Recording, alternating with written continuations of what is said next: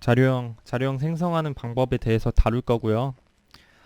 자료형, 즉 클래스죠, 클래스. 쉐이를. 클래스를 어떻게 코딩하는지에 대해서 이야기를 해볼 거예요. 어제는 누군가가 만들어준 자료형을 어떻게 사용하느냐 이것만 이야기를 했었는데 오늘은 클래스를 어떻게 정의하는가에 대해서 이야기를 해볼 거예요. 그리고 아마 대부분 다 예제로 그냥 이야기가 될 것 같아요. 자료형 생성하기인데요. 이 모든 프로그램을 8개의 기본 자료형으로 만들 수 있느냐? 그러면 그렇다는 거죠. 근데 높은 단계의 추상화를 담는 프로그램 만들기 위해서는 좀 버거운 일이라는 거고요. 그래서 나만의 자료형을 정의할 수 있는 능력이 필요하다는 거예요. 나만의 자료형을 자바에서는 클래스라고 말을 합니다. 이 자바 클래스로 자료형 구현하는 것은 정적 메소드를 담은 함수 라이브러리 만드는 것하고 다르지 않고요. API는 우리가 구현해야 할 필요가 있는 메소드 명시를 하는데 그런 이제 API를 어떻게 재현할지 그거는 우리의 자유잖아요. 왜 자꾸 이게 눌릴까? 그래서 오늘 그 구현을 어떻게 하는지 한번 예제를 볼 거예요. 먼저 자료형의 기본 요소들이에요. 우선은 차지 자료형에 대해서 먼저 좀 알아볼 거고요. API에 대해서 이야기를 하면 클라이언트들에게 드러나는 부분이에요, 사실. 그러니까 클래스는 여기 있고 API가 여기 이렇게 지키고 있는 거예요. 그리고 클라이언트는 이 API를 통해서 접근하게 됩니다. 구현의 시작점이 되고요. 차지 같은 경우는 이렇게 생성자와 두 개의 인스턴스 메소드를 정의를 했어요. API 구현하기 위해서는 우선은 자료형의 값을 정의를 해야 되고요. 그 다음에 연산을 정의를 해요. 그래서 항상 자료형은 값 플러스 연산이잖아요. 그래서 값을 정의하고 연산을 정의합니다. 여기서 정의된 연산 같은 경우는 생성자랑 그 다음 인스턴스 메소드 두 개가 있어요. 포텐셜 앳이랑 toString. 그렇게 연산을 지금 정의를 한 거예요. API를 만드는 데는 심사숙고해야 되는데요. 우리는 이제 API를 어떻게 정의할 것인가 그런 거는 좀 내일 간단하게 이야기를 해볼 거고 지금은 일단은 API를 변경하지 않는다. 그래서 심사숙고하게 API를 만들어야 된다라는 것 정도만 좀 이야기를 해보면 될 것 같습니다. 자료형의 기본 요소들도 이제 계속하면 자료형의 구현은 자바의 클래스죠. 그래서 클래스고 정적 메소드의 라이브러리로 우리가 막 사용을 했었잖아요, 클래스를. 근데 자료에 관한 코드들도 클래스에 집어넣을 수 있다. 그래서 지금 우리가 배운 클래스 쓰임은 이제 두 가지가 되는 거예요. 첫째로는 자료형이 되는 거고, 클래스를 쓰는데 자료형을 구현하는데 클래스를 쓸 수 있는 거고, 둘째로는 자료형을 쉽게 다루기 위해서 정적 메소드로 구성된 라이브러리, 이 두 개의 지금 클래스 쓰임을 우리가 보고 있는 거예요. 큰 틀에서 여러분들 만드는 클래스들은 다 이 둘 중에 하나여야 돼요. 보통은 이제 명확하게 가져가는 게 좋아요.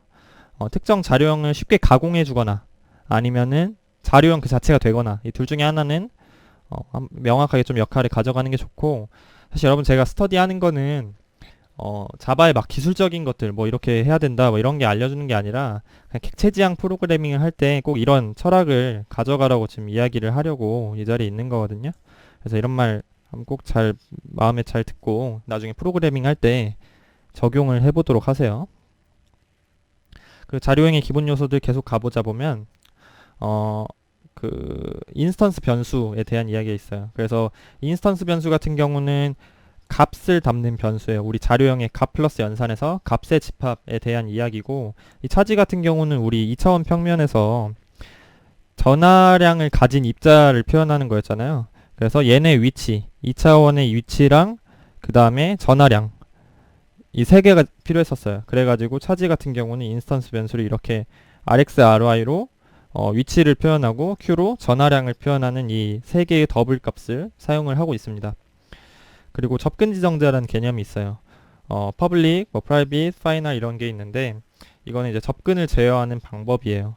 public 같은 경우 여러분 다 알다시피 클라이언트 접근할 수 있음, private는 클라이언트가 접근할 수 없음, 뭐 final 같은 경우는 한번 초기화되면 그 값이 변하지 않음, 뭐 읽기 전용 이런 거고, 그 다음에 계속 나가자면 생성자에 대한 이야기인데, 생성자는 객체를 생성함과 동시에 참조를 제공하죠. 그 객체 자체를 제공하지는 않아요. 참조를 제공할 뿐이고, new 키워드를 이용해서 호출할 수 있고, 그때 생성자에서는 인스턴스 변수들을 의미 있는 값들로 초기화해야 되죠. 안 하면 문제죠. 그래서 여러분 생성자를 만들 때는 항상 이 여러분들이 클래스에서 정의한 인스턴스 변수들을 다 초기화를 잘 하도록 생성자에서 하도록 하세요. 뭐 이렇게 하는 사람들이 있어요. int a 딱 선언해 놓고 그냥 이 클래스에서 my 클래스 이렇게 클래스에서 그 값을 선언해 놓고 바로 이렇게 집어넣는 사람들이 있어요.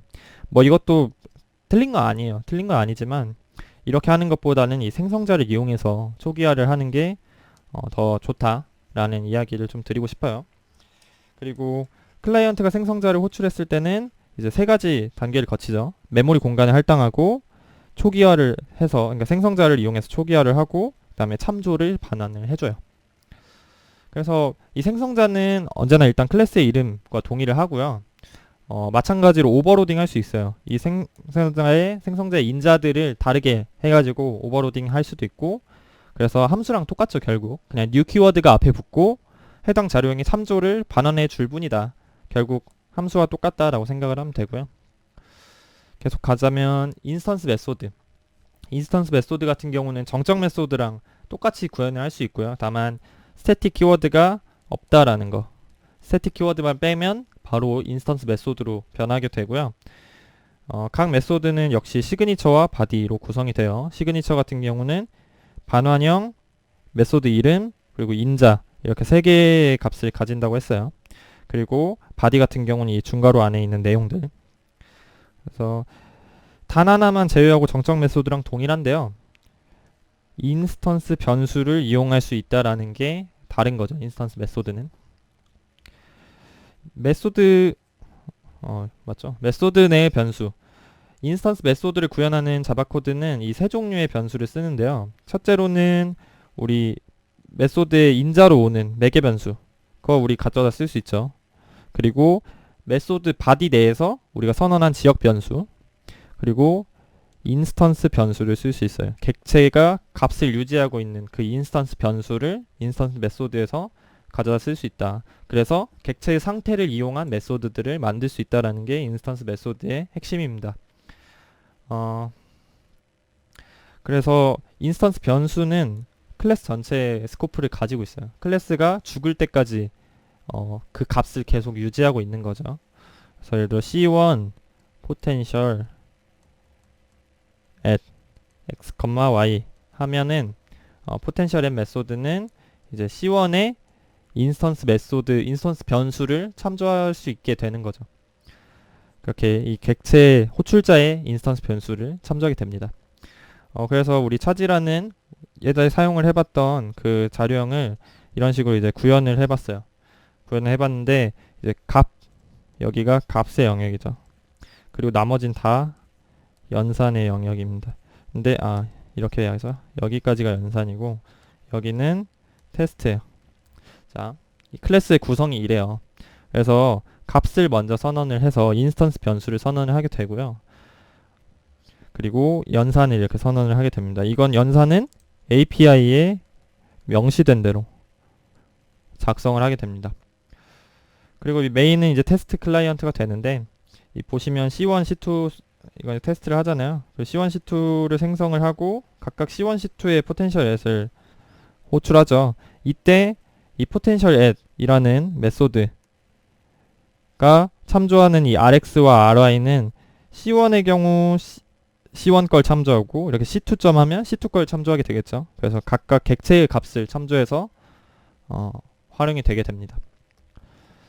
자, 어차피 사실 이건 여러분 다 알고 있기 때문에 뭐 중요한 건 아니고, 자, API를 일단 자료의 생성 순서는 이제 우리는 API를 명시한다. API를 명시하는 게 가장 중요한 첫 절차가 될 거고요.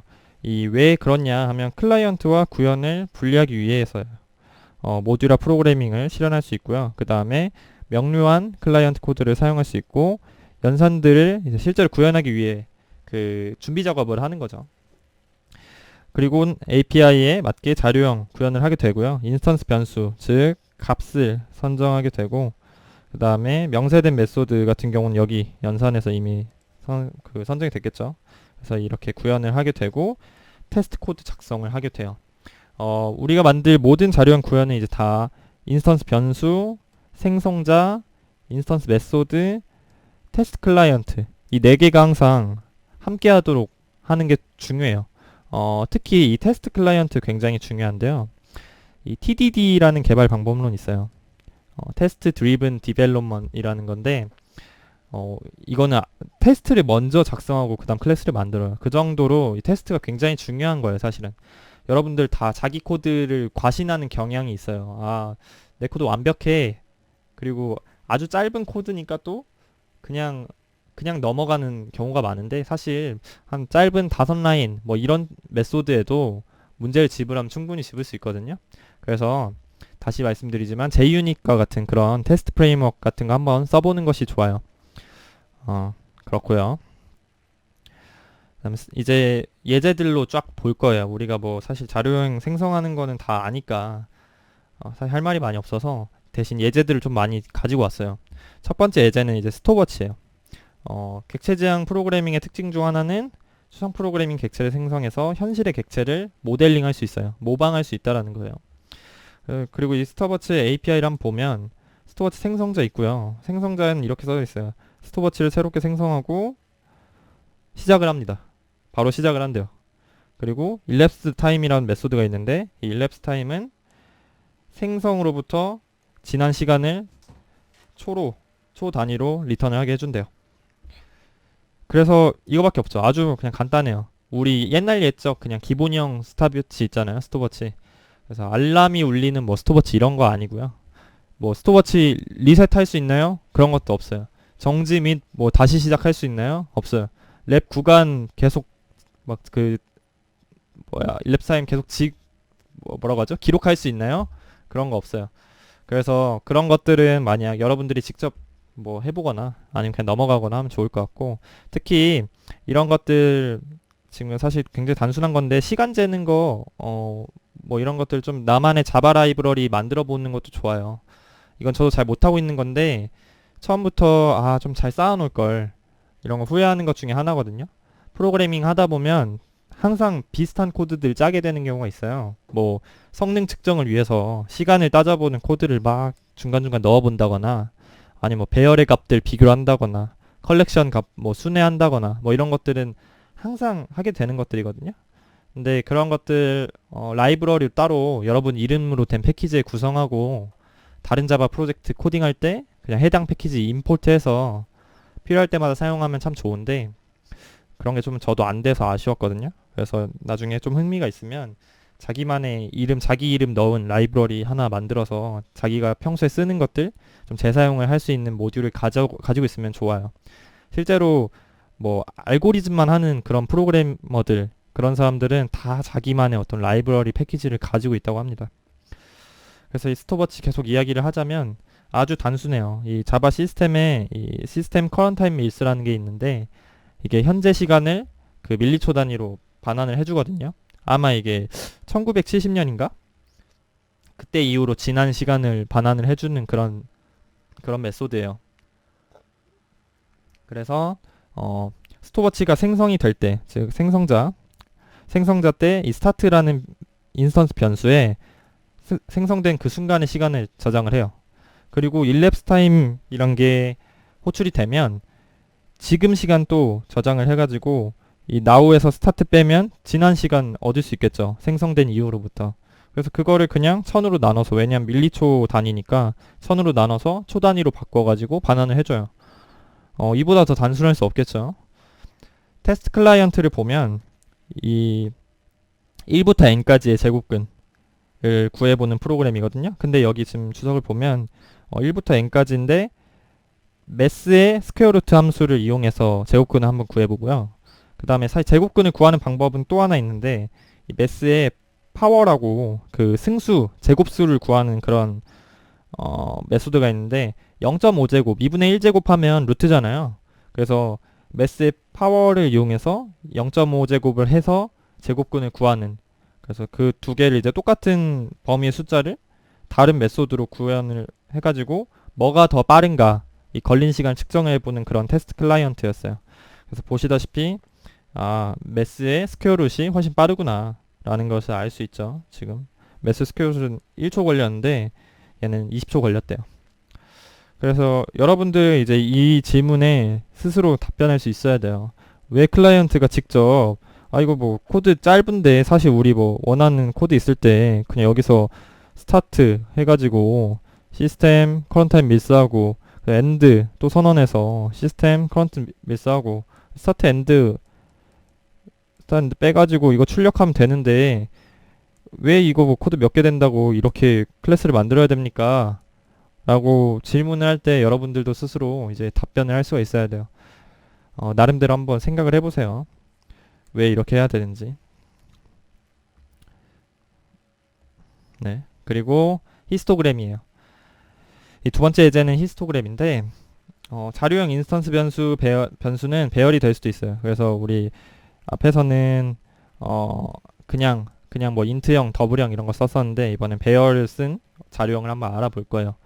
우리 동전 던지기 막 했었잖아요. 10번 던졌을 때 앞면이 몇 번 나오나, 뭐 4번, 5번, 6번, 운 좋으면 10번 나올 수도 있죠. 그래서 이것의 빈도를 추정하고 확률 분포 함수, 이 종모형 함수 그리기 위해서 배열로 이 프리퀀시라는 배열을 뭐 n개 생성을 해가지고 관리를 했었어요. 그래갖고 했었는데 이거는 사실 좋은 추상은 아니에요. 그래서 우리가 그런 어떤 빈도를 다룰 때 히스토그램이라는 자료형을 이용해서 빈도를 한번 추적을 해보자 라는 게 여기서 저자가 제시하는 상황입니다. 그래서 히스토그램은 이렇게 API가 이렇게 되는데요. 생성자가 있어요. 그래서 n개의 종류의 값의 빈도를 추적하도록 생성을 합니다. 그리고 데이터 포인트 해가지고 i번째 값의 빈도를 1 올려요. 그러니까 예를 들어 동전이 10번 던졌을 때 0번부터 10번 나올 수 있잖아요. 앞면이 0번부터 10번 나올 수 있는데 예를 들어 인덱스 add 데이터 포인트 5 하면은 5번 나왔으니까 5번째 그 나왔다라는 걸 1 증가시켜 준다라는 거예요. 그리고 드로우는 이제 그려주는 함수가 되겠죠. 그래서 히스토그램은 빈도 배열을 구현을 해요. 이 프리퀀시라는 배열을 아예 이 클래스가 가지고 캡슐화를 해버린 거예요. 이제 이 배열을 이용하는 책임은 히스토그램에게 있어요. 클라이언트가 아니라. 뭐 예를 들어 동전 10번 던졌을 때 앞면 4번 나왔으면 뭐 프리퀀시 4가 뿔뿔 되는 거죠. 한 번 나왔으니 이렇게 한 번 시도했을 때 이렇게 됐으니까 그런 식으로 관리를 하게 되는 거고요. 그리고 히스토그램 그려줘야 되니까 이 맥스라는 인스턴스 변수도 따로 관리를 했어요. 이렇게 히스토그램이 좀 잘 그려지려면 이 맥스 값에 맞춰서 이 사각형, 이 그림 그려지는 사각형 안에 잘 집어 넣어야 되지 않겠어요? 그래갖고 맥스라는 거를 잘 관리를 해서 여기 여백이 최대한 없어지도록 그 맥스라는 값을 추적을 합니다. 생성자 한번 볼게요. 생성자 같은 경우는 n을 받아서 이 프리퀀시 배열에 이제 생성을 합니다. n개의 값의 빈도를 저장한다 라는 것을 이제 알려주게 되고요. 그 다음에 add 데이터 포인트 같은 경우는 그냥 i 받아서 i번째 빈도 뿔뿔 해줘요.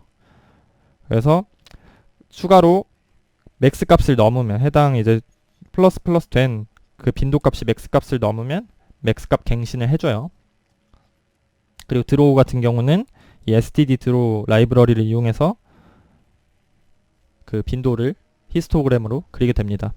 테스트 클라이언트 같은 거 보면 예전에 한번 우리 했던 것처럼 똑같이 동전 던지기에서 해당 빈도를 다시 그래프로 그리는 그런 코드고요. 근데 지금 코드가 훨씬 간단해진 걸 볼 수 있어요. 왜냐하면 히스토그램 생성을 해서 그래서 그냥 동전 n번 던질 거니까 n 플러스 1번까지 나올 수 있어요. 0번부터 n번까지 n 플러스 1개의 빈도를 다루고 그 다음에 그 시도 t만큼 t번 시도를 하는데 그때마다 그냥 이 베르누이의 바이노미얼 해서 몇 번 동전이 앞면이 나왔는지를 확인을 하고 그 값을 이용해서 add 데이터 포인트에서 빈도를 올려주면 되죠.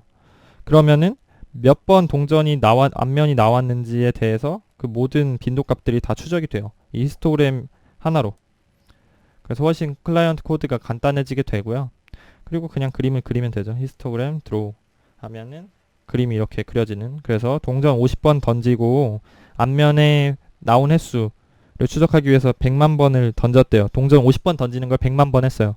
100만 번 해가지고 여기가 이제 25번 나온 거겠죠. 2분의 1이니까 25번 나오는 경우가 이렇게 제일 많았고, 이런 어떤 종 모양 함수를 그리더라 라는 걸 우리가 확인할 수 있죠.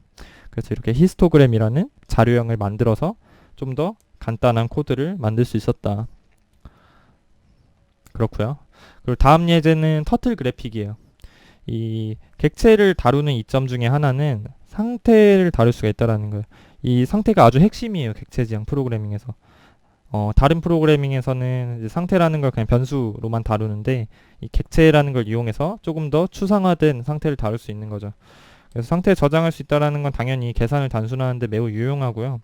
반면 상태가 아예 없는 프로그래밍 언어도 있어요. 뭐 함수형 프로그래밍이 좀 그런 건데, 객체 지향에서는 이 상태를 아주 핵심적으로 다룬다라는 거고, 히스토그램도 애드 데이터 포인트 호출할 때마다 이제 빈도가 계속 증가하면서 사실 상태가 바뀐 거예요. 빈도 값이 계속 바뀌니까. 그런 상태를 계속 유지하면서 누적해가지고 계산을 편리하게 만들었죠. 그런 식으로 상태를 유지하는 게 중요하다. 그리고 터틀 그래픽은 뭐냐면 이 거북이가 움직이는 대로 그림이 그려지는 거예요. 쉽게 말하면 한붓 그리기, 한붓 그리기. 이 펜을 떼지 않고 이렇게 그리는 거예요. 여기서부터 시작을 해가지고 막 그려요, 이렇게. 근데 이 한붓 그리기를 하기 위해서 필요한 건 생각보다 단순해요. 그냥 일정한 각도로 우리가 꺾어야 되겠죠. 이렇게 삼각형 그리려고 하면 여기서 왼쪽으로 꺾어가지고 앞으로 가야 돼요. 그쵸? 그래서 일정 각도로 도는 것하고 앞으로 가는 것, 이 두 개만 있으면 돼요. 그럼 이렇게 삼각형을 그리려면 이렇게 그리면 된다라는 거죠. 그래서 거북이가 움직이는 대로 그림을 그려진다라고 해서 터틀 그래픽이라고 하고요. 자, 그래서 터틀 그래픽을 구현을 어떻게 하는지도 한번 살펴볼게요. 새 인스턴스 변수를 사용을 해요.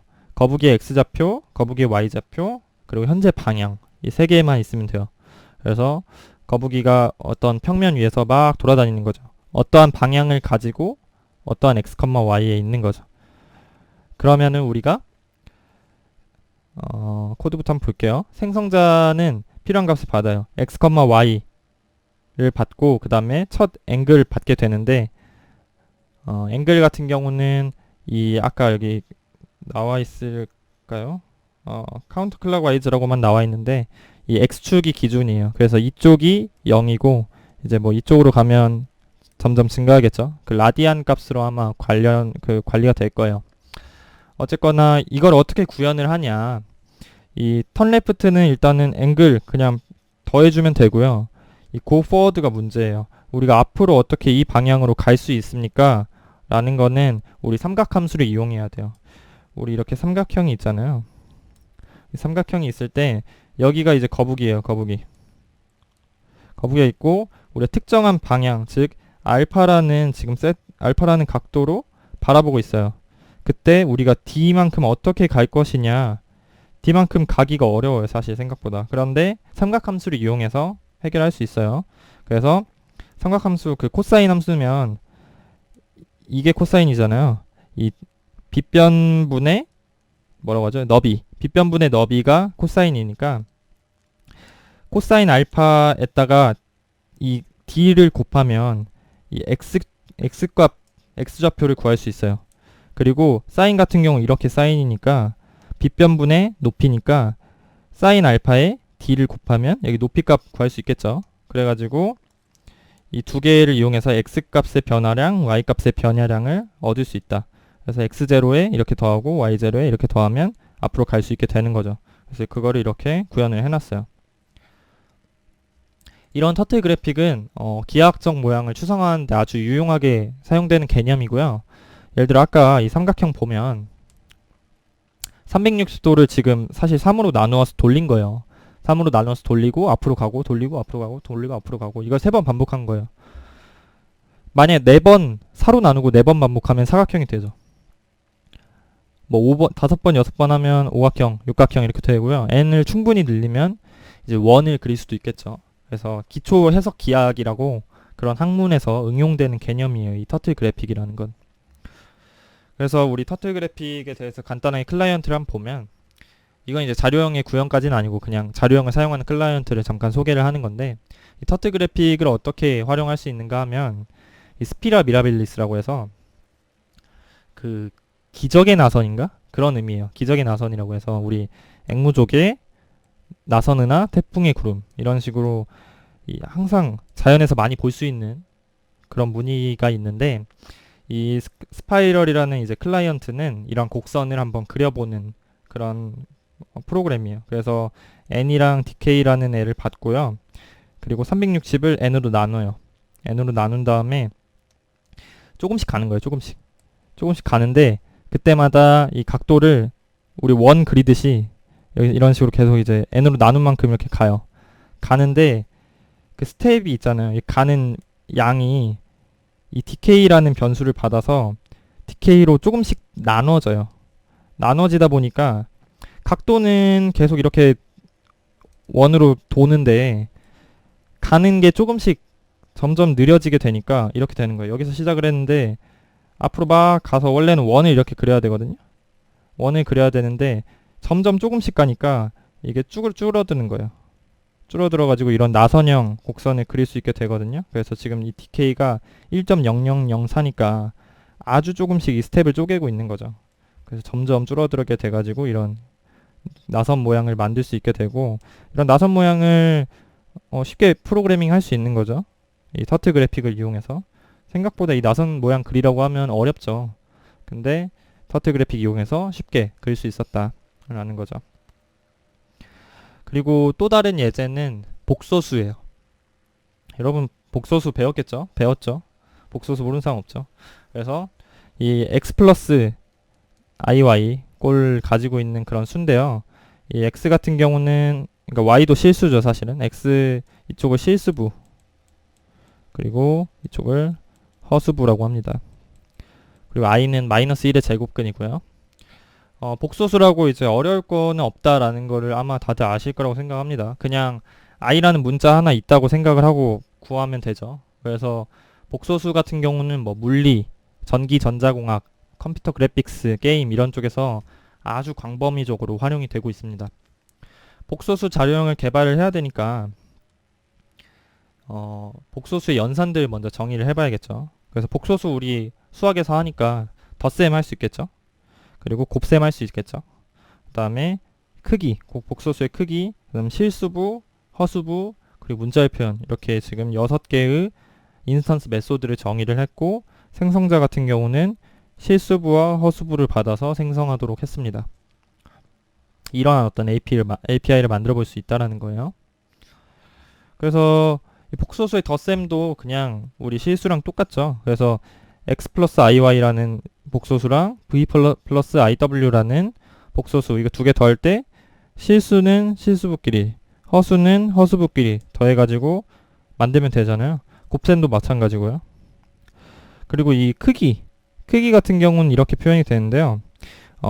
크기가 이렇게 표현되는 이유는 우리 그 복소평면을 활용하기 때문이에요. 복소평면이란 거는 이 복소수를 평면에 표현하는 방법인데, 우리 수직선 그리잖아요. 수직선 그리면 여기 0이고 1, 2, 3 해가지고 플러스고 마이너스 1, 마이너스 2, 3 해갖고 마이너스잖아요. 근데 이 수직선 위에 복소수를 표현할 수 있느냐? 그건 아니에요. 실수는 분명 표현이 되거든요. 복소수는 표현하기 어려우니까 이 수학자들이 복소평면이란 걸 만들었어요. 뭐냐면 한 차원 더 늘린 거예요. 이 y축을 하나 만들어가지고 여기가 이제 1i, 2i, 마이너스 i, 마이너스 2i 해가지고 플러스 i 쪽으로 가고 마이너스 쪽으로 가고, 이런 어떤 해가지고 예를 들어 1 플러스 2i다 하면 1,2가 되는 거예요. 1 플러스 2i니까.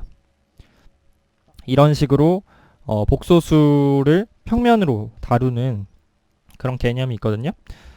이렇게 했을 때 복소수의 크기를 우리가 정의할 수 있어요. 바로 원점으로부터의 거리예요. 그래서 1 플러스 2i 같은 경우는 여기 거리 d가 결국 복소수의 크기가 됩니다. 그래서 이거는 피타고라스 정리로 구해볼 수 있죠.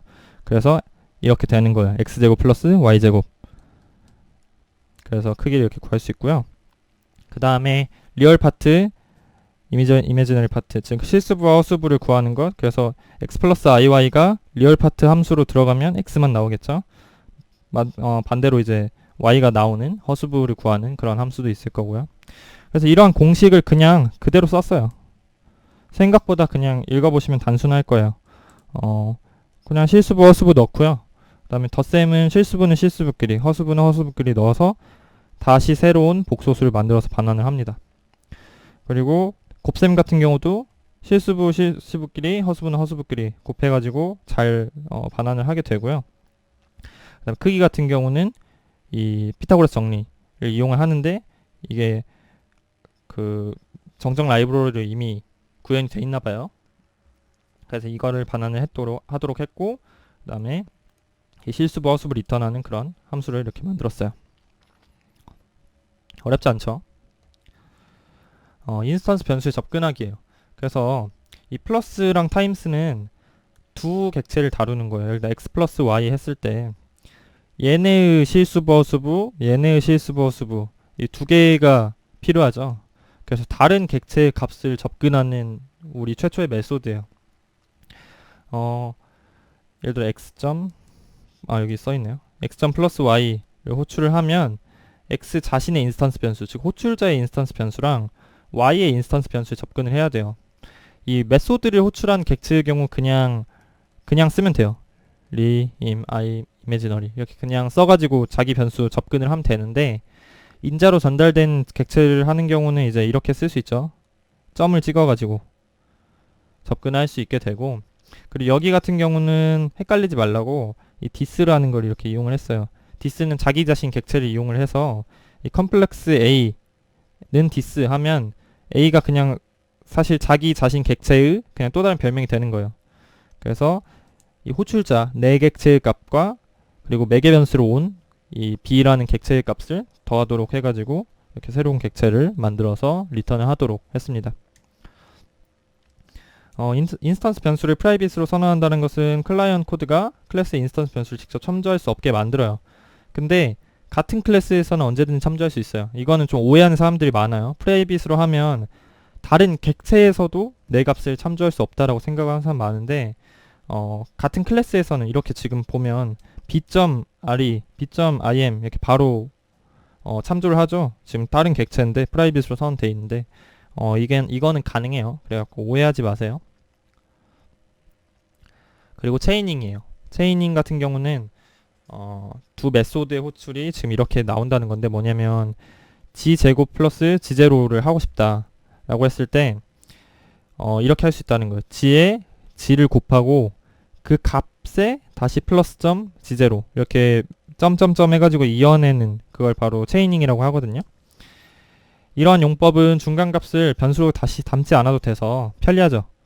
이건 어떻게 가능한 거냐면, 이 보시면 플러스나 이런 것들이 새로운 객체의 참조를 반환하기 때문에 이 메소드의 결과가 어차피 다시 컴플렉스이기 때문에, 그래서 컴플렉스 객체의 다시 플러스를 호출하는 형태로 이루어지기 때문에 이런 체이닝이 가능한 거예요. 나중에 이와 유사한 용법을 나타내는 그런 설계 패턴이 있어요. 빌더 패턴이라고. 나중에 여러분 몰라요, 김순태 교수님의 디자인 패턴을 배우면 아마 배우게 될 거예요. 그래서 이 빌더 패턴이라는 게 있는데, 나중에 이런 어떤 체이닝 기법을 이용해서 좀 더 멋있게 뭔가 문제를 해결하는 그런 패턴이 있습니다.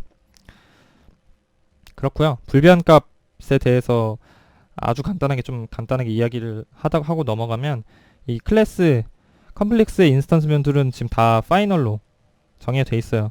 그래서 절대 해당 값이 변하지 않습니다. 즉 이뮤터블이라는 증거예요. 한번 생성을 하면 절대 바뀌지 않기 때문에, 그래서 이런 식으로 값을 리턴을 하는 거예요. 그냥 a 플러스 b 했을 때 그냥 a 값이 바뀔 수도 있잖아요. b를 더한 값으로 a가 그냥 바뀔 수도 있는데, a는 가만히 있어요. 왜? 이뮤터블 컴플렉스 그 파이널로 선언이 되어 있기 때문에.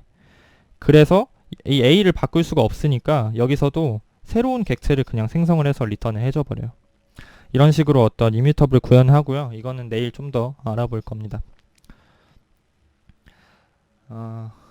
오늘 그리고 망델브로 집합이란 거를 이제 우리가 복소수 한번 자룡했으니까 이게 좀 겁먹을 필요는 없고요. 복소수 자룡 한번 했으니까 복소수 자룡을 쓰는 클라이언트를 한번 구현을 해볼 필요가 있겠죠.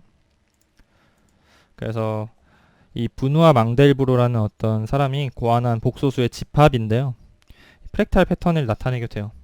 굉장히 멋있는 그런 패턴이 나타나게 되는데, 이 망델브로 집합이란 게 그럼 도대체 뭐냐 하면은 왜 이 복소수 수열이 빠졌지? 왜 빠졌는지 모르겠네요. gt 제곱에 플러스 g0가 gt 플러스 1이에요. 이거는 뭐 이제 뭐냐면 우리가 g0만 하나 정의가 되면 이제 정의를 할 수 있어요. 이 수열을. 예를 들어 지금 g0가 1 플러스 i다. 1 플러스 i면 g1은 어떻게 쓸 수 있냐면 g1은 1 플러스 i의 제곱 t의 제곱이니까, 그래서 1 플러스 i의 제곱 플러스 g0 1 플러스 i 이렇게 쓸 수 있거든요. 그 g2도 마찬가지예요. g2도 g1의 제곱 플러스 g0 즉 1 플러스 i 1 플러스 i 이렇게 쓸 수 있어요. 이런 식으로 계속 점점 쓸 수 있거든요. 쓰면은 뭐 이거 여러분들 계산해야 될 필요는 없고요. 이런 식으로 수열 진행하다 보면 이 gt 값이 이렇게 선정이 되게 됩니다. 근데 이러한 gt 값이 무한으로 발산을 하면 망델브로 집합이 아니에요. 그러니까 이게 점점 커져요. 점점 커져가지고 막 1000, 2000, 막 10,000, 10만 이렇게 계속 점점 커지면 망델브로 집합이 아니고 유계수열, 즉 발산하지 않고 막 빙빙 돌아요. 어떤 그 숫자로. 그러면은 얘는 망델브로 집합이다 라고 해요. 그래서 이러한 어떤 특징을 가진 그런 복소수의 집합이 있는데, 이거를 한번 우리가 구현을 해보고 표현을 보려고 해요. 그래서 좀 이해가 덜 되었을까봐 망델브로 수열의 몇몇 시작점을 좀 이야기를 해보려고 하는데, 예를 들어 이 g0가 0 플러스 0i 그냥 0인 경우 얘는 계속 0000이 돼요. 그래서 얘 같은 경우는 망델브로 집합이에요. 반면에 2 플러스 0i 그러니까 실수 2 같은 경우는 점점 커져요. 그러다 보니까 발산을 하게 돼요. 그래서 얘는 망델브로 집합이 아니에요. 1 플러스 i도 마찬가지로 점점 커지고요. 0 플러스 i 같은 경우는 마이너스 1 플러스 i, 마이너스 i 얘를 계속 무한반복한대요. 그래서 얘도 망델브로 집합입니다. 마이너스 0.5 플러스 0i 같은 경우도 그렇고 이런 경우도 그렇고, 그래서 이런 식으로 우리가 망델브로 집합이 아닌지 맞는지 여부를 판단을 해볼 수 있다는 거죠. 그럼 망델브로 집합의 시각화에 대해서 이야기를 해볼게요. 아까 복소수는 망델브로 집합에서 복소 평면 위에서 표현될 수 있다고 했잖아요. 예를 들어 2 플러스 2i다. 그럼 수직선에서 2, 2의 표현이 돼요. 그쵸? 평면의 시각화를 할 수가 있어요. 이렇게 생각을 할 수가 있고요. 망델브로 집합을 그래서 그려볼 수가 있어요. 평면 위에서. 어떻게 그릴 거냐? 해당하는 복소수가 망델브로 집합에 포함이 된다. 즉 아까 그 수열의 어떤 수열이 계속 진행이 무한으로 발산이 안 된다. 그러면은 검은 점, 그렇지 않다면 흰 점을 우리가 찍어 볼 거예요. 이제 망델브로 집합에 그럼 속하는지 판단을 어떻게 합니까? 우리가 무한으로 어떻게 수열을 구해볼 수도 없고 간단한 방법은 없어요. 간단한 방법은 없지만 그 어떤 법칙이 하나 있어요. 어떤 수이든 크기가 2보다 커지면 해당 수는 반드시 발산을 한대요. 그래서 이 법칙을 우리가 하나 알았으니까 이걸로 적당히 한번 알아보려고 해요.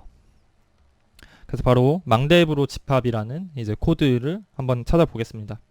이 코드는 굉장히 단순해요. 자, 첫째, 여기 입력 받는 봇. 이거는 어떤 코드냐면 우리가 복소 평면이 이렇게 넓게 있잖아요. 여기 이쪽 플러스로도 무한이고 마이너스 무한이고 플러스 무한 마이너스 무한인데 이걸 어떻게 다 그려요. 그쵸? 그래가지고 이 특정한 부분만 보고 싶다. 그래서 x, y를 받고 어느 정도의 범위를 볼 건지를 정의하는 이 세 가지 값을 받는 거예요. xc, yc, 그 다음 사이즈. 사이즈가 커지면 이렇게 넓게 보고 사이즈가 작아지면 조금만 보게 해가지고 그 세 가지 값을 가지고 제가 시각화하는 범위를 선정하는 그런 코드가 있고요.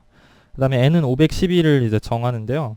우리 저번에 픽처라는 자료형을 한번 써봤었는데, 그래서 512 by 512로 지금 사진을 하나 생성을 한 겁니다. 이 사진은 나중에 이러한 사진이 될 거예요. 그럼 어떻게 하느냐? 각 픽셀을 채워야 될 거 아니에요. 일단 픽처 선언했으니까. 그래서 IJ 이용해서 이중포문 돕니다. 각 픽셀에 모든 픽셀 돌 거예요. 0부터 n까지, 0부터 n까지 도는데, 우리가 앞서서 복소 평면에 어느 부분을 보려고 했는지 값을 받았잖아요. 그래서 이 픽셀 값에 따른 그런 이제 좌표, 복소 평면 위에 좌표를 계산하는 그런 수식이에요. 지금 이 작은 사각형 안에 512 곱하기 512가 나오는 건데, 해당하는 실제 복소수 그 값이 얼만지를 지금 확인하는 값 코드가 바로 이 두 줄이에요. 그리고 그걸로 이제 복소수를 하나 만들고요. 그 다음에 255 마이너스 이 망델브로라는 함수를 쓰게 되는데요. 이 망델브로라는 만드라는 함수는 뭐냐? 망델브로 집합의 여부를 판단하는 그런 메소드예요. 자, 천천히. 망델브로 집합의 여부를 판단하는 방법은 단순해요. 우리가 일정량 그냥 계산해보는 거예요. 뭐 t0, t1, t2, t3 막 계산을 해요. 막 계산을 해가지고, 왜냐면 이건 계산해볼 수 있잖아요. 우리가 아까 공식을 배웠으니까.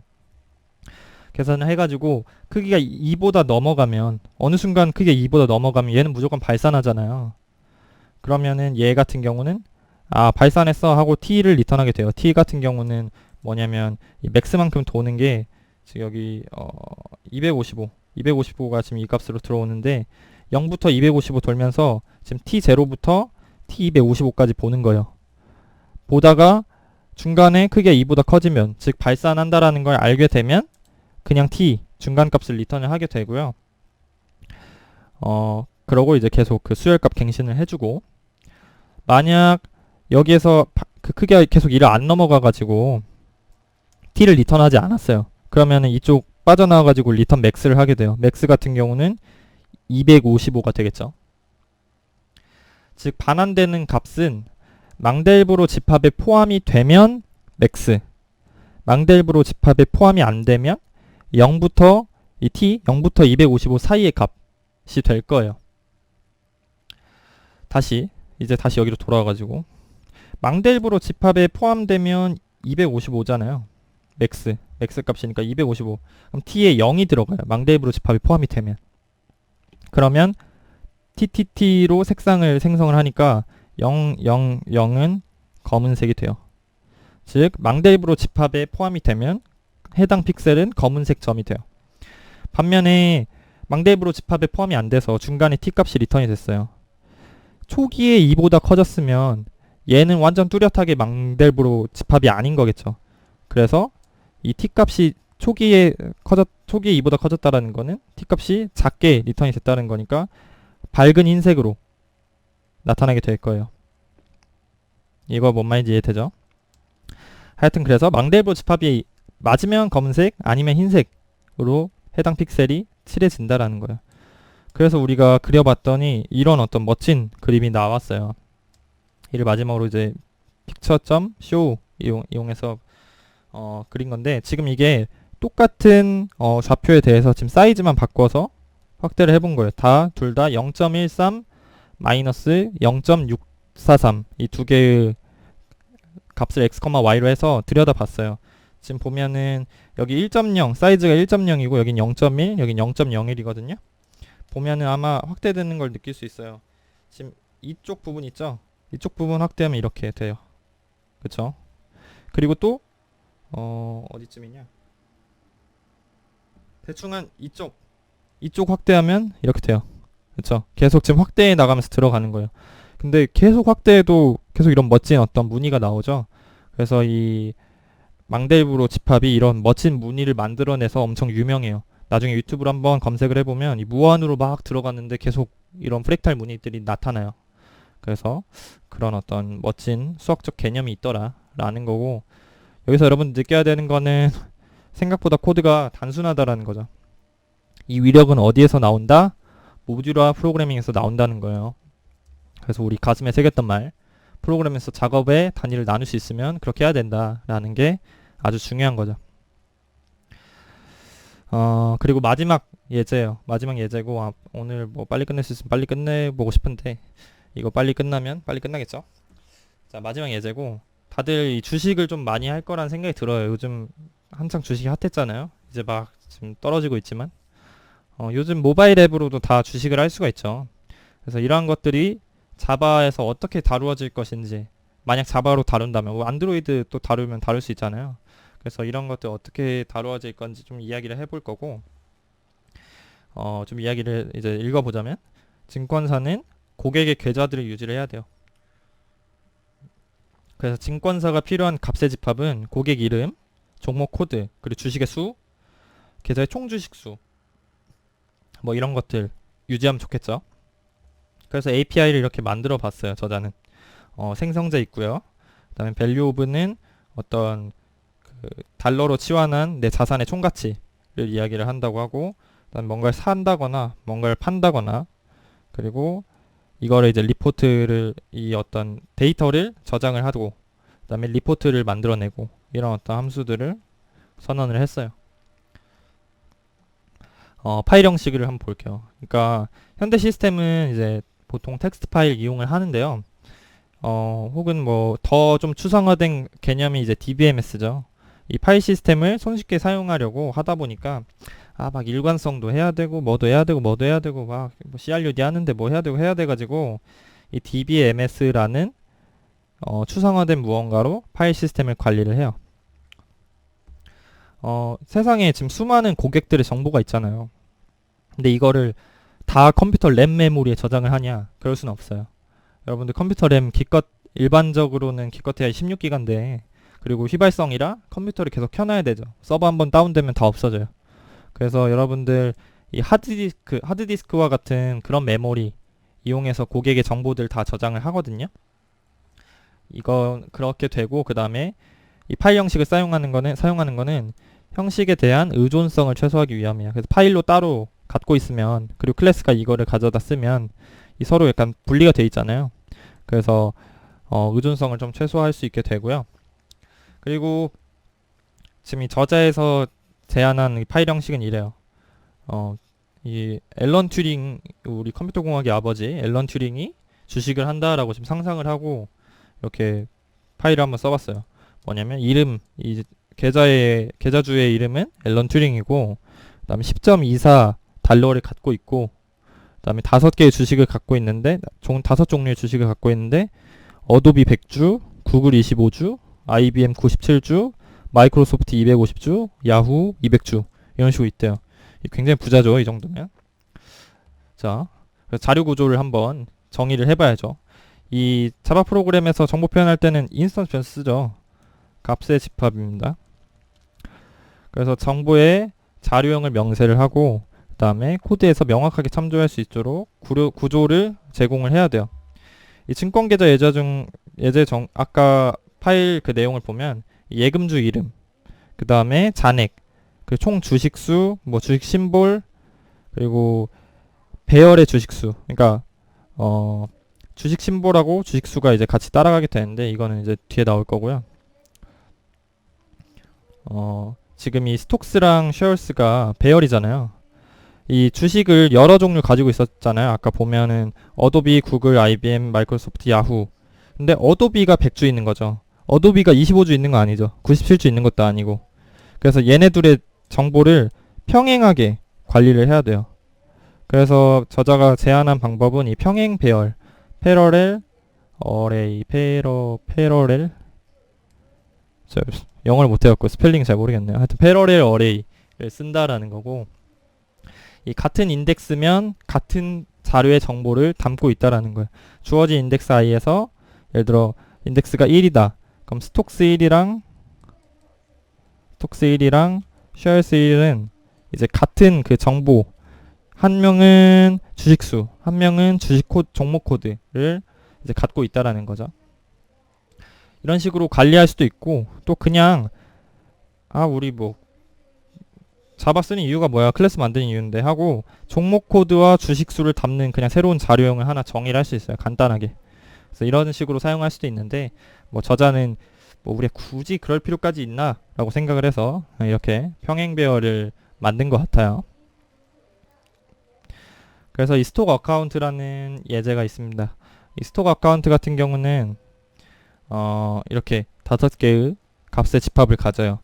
이름, 예금주의 이름, 현금수, 그다음 주식의 종류수, 그리고 그 주식 특정한 종목 코드의 주식수, 특정한 종목 코드 이름, 이렇게 5개의 값을 가지게 되고요. 이 생성자 같은 경우는 이 파일을 읽어가지고 아까 그 turing.txt 지금 여기 이렇게 있죠. 이 모어 키워드 모어 스펠 뭐라고 하죠? 모어 명령어가 이 turing.txt 내용을 이렇게 나타나게 해주는데요. 보시면 이 파일 네임을 이용해서 그 파일을 읽어드려서 맨 처음에 이름 저장을 하게 되고요. 그 다음에 현재 캐시 현금 수를 저장을 하게 되고, 그 다음에 그 주식이 얼마나 갖고 있는지 그래서 저장을 하고, 각각 이제 어도비 100, 그러니까 25주 구글, 97주 IBM, 250 마이크로소프트 이렇게 순차적으로 읽어드리게 되는 거죠. 그래서 이렇게 생성자를 이용해서 특정한 자료를 얻게 됩니다. 그리고 프린트 리포트 같은 경우는 보고서를 알려주는 거예요. 이건 이제 아주 간단하게 그냥 화면에 찍어가지고 이런 식으로 나타나게 되거든요. 그래서 현재 이 어떤 주주가 얼마나의 가치를 갖고 있는지를 그냥 알려주는 그런 함수고 메소드고, 아주 간단화된 형태지만 실제로 여러분들 주식 앱에서는 다 이런 식으로 그냥 관리가 되고 있을 거예요. 단지 그냥 텍스트냐 아니면 UI로 덮여졌느냐 뭐 이런 차이지, 어떤 흐름 맥락 자체는 사실 다르지 않다라는 거고, 한번 코드를 읽어보면 이름 출력하고, 그 다음에 그 주식 수만큼 돌면서 이 스톡 쿼트라는 그런 라이브러리를 이용해서 주식 수를 얻어내는데요. 이거는 사실 우리가 한 그 예제는 아닌데, 이 라이브러리가 원래 입출력 파트에서 다뤄지는 라이브러리인데 여러분이랑 할 때 입출력 파트를 생략을 해버려가지고 여기서 지금 처음 등장하는 거죠. 어쨌거나 이 라이브러리는 뭘 하는 거냐면, 주식 그 종목 코드를 이렇게 인자로 넘겨주면 야후 바이낸스 웹사이트를 크롤링해서 현재 주식 가격을 반환해주는 그런 라이브러리거든요. 그래서 이렇게 가격을 얻고 현재 그 주식 보유수 주수랑 곱하면 그 토탈 값을 얻을 수 있겠죠. 이런 식으로 해가지고 총 내가 얼마의 가치를 갖고 있는지 반환해주는 그런 리포트를 쓰는 그런 함수예요. 메소드예요. 그리고 이렇게 테스트 클라이언트가 있어서, 테스트 클라이언트는 간단하게 이 파일 네임 읽어 받아가지고 파일 네임 읽고 생성하고 그 다음 프린트 리포트 하는 그런 테스트 클라이언트의 실행 결과가 지금 이렇게 된 거예요. 그렇죠. 이제 끝이에요, 예제는. 오늘은 좀 빨리 끝내려고 일부러 좀 빨리빨리 했는데, 좀 요약을 해보면, 지금 나만의 자료형을 정의하는 아주 많은 예제들을 봤어요. 만약 좀 이해가 안 된 부분이 있으면 개인적으로 보기를 바라고, 객체지향, 이거 못하겠네. 객체지향 프로그래밍에서 자료를 구조하는 것 그 이상이에요. 관련 있는 자료를 연관을 짓고, 그리고 자료들을 처리하는 연산들을 독립된 모듈 하나에 분리를 하는 거죠. .java 파일에 분리를 해가지고 각자 관리가 되고 있는 거죠. 자료 및 해당 자료와 관련된 연산들을 명확하게 분리할 수 있으면 그렇게 해야 돼요. 그러니까 우리 계속 모듈화를 이야기를 하고 있는 거예요. 우리 아까는 작업을 분리하자 이런 거였는데, 이번에는 자료형을 분리를 하면 더 좋다라고 이야기를 하는 거예요. 그래서 여러분들 항상 쪼개는 연습을 해야 돼요. 코드가 보통 뭐 한 3,400줄 넘어도 많다고 해요. 하나의 파일에서. 그러니까 그 정도로 정말 자료형을 잘 쪼개야 되고요. 잘 정의된 추상화만 있으면 우리가 자바 클래스의 자료형으로 정의를 할 수가 있는 거죠.